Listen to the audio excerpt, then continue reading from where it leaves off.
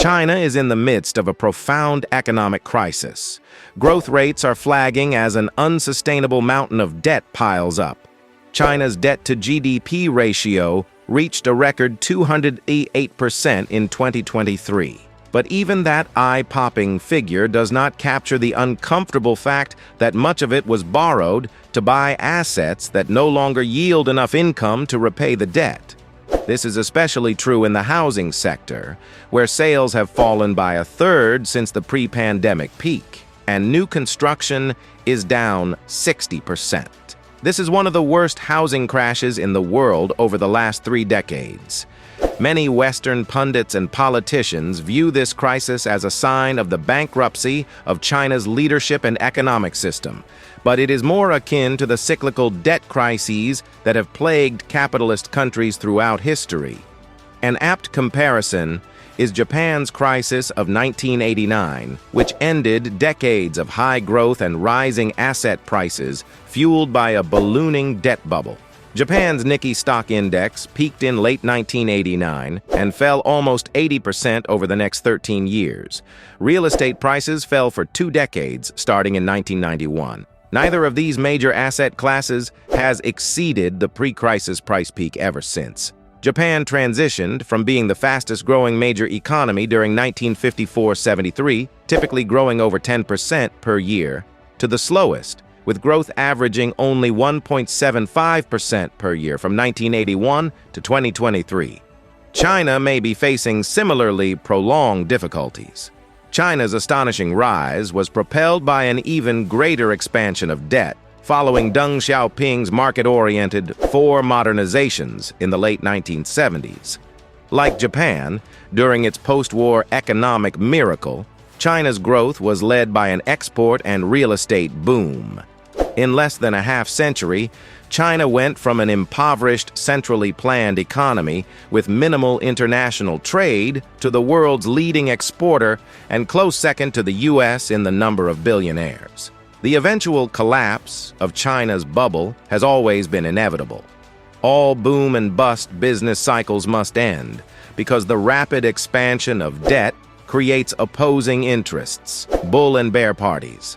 The bullish developers in China today want ever-rising mortgage lending, so real estate prices continue rising. Yet the bearish creditors, mostly big banks and bond owners, are concerned that price inflation reduces the value of their debt assets. The bubble is already bursting. Chinese creditors have now scaled back new lending and raised interest rates, following government guidance announced as the 3 red lines. As the most indebted Chinese bulls go bankrupt or panic sell to repay their loans, prices are falling further as their bear counterparts jump back in and buy assets at fire sale discount prices. That will eventually put a floor on the price collapse, but it is also redistributing wealth rapidly from debtors to creditors. Bears feast on the bulls during every crash. There is an added wrinkle in China's case. Most provincial and local governments have been profiting and gaining prestige by financing real estate development on a massive scale. Goldman Sachs economists put the figure at $8.4 trillion, or nearly 50% of GDP. Local governments profit much like any real estate developers would, but the central government in Beijing is increasingly siding with the bear party because it is concerned about the value of the renminbi, which hit a 16-year low in September. Beijing has intervened to prevent the Chinese currency from falling too far too fast by selling foreign reserves and buying renminbi. Although it has ample foreign currency reserves, if the real estate boom had continued unchecked, these would have eventually dwindled. Beijing's policy dilemma is intense.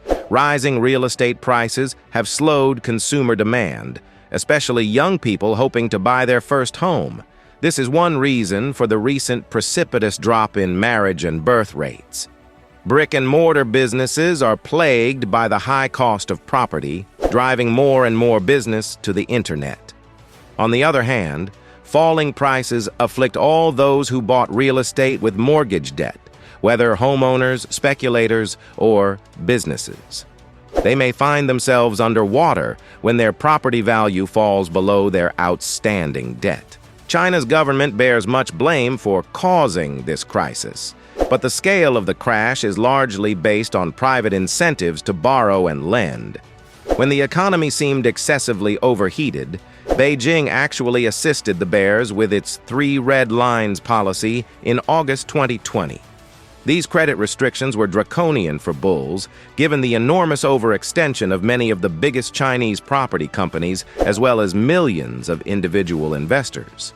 As soon as prices start to plateau and then fall, speculator demand evaporated. Consumers might need to buy real estate for use, but speculative investors only want to buy if they are confident prices will continue to rise. The current slump is a victory for the bears, not a policy failure. The slump won't end anytime soon, but the government might at least redistribute the losses. Staunching the fall of prices is difficult because of the massive inventory of unsold or partially constructed apartments. Reasonable estimates of the number of empty apartment units, many unfinished, range from 50 to over 100 million. Even if no more homes were built, it might take a decade or more to utilize the existing inventory. Recently, Beijing has tried to preserve the jobs of construction workers by pushing state-run banks to resume lending for the completion of construction projects halted when their developers lost creditworthiness. But this policy will increase the supply of unsold units, intensifying the price slump. If the government is determined to let prices continue to fall until consumers and speculators start to believe they are low enough, a price floor will be found, but that floor might be too low and sales too slow to enable real estate developers and investors to repay the loans borrowed to build or buy those units, bankrupting many. Such a wave of bankruptcies would endanger the Chinese financial system, especially the unregulated shadow banks that have aggressively invested in China's housing bubble.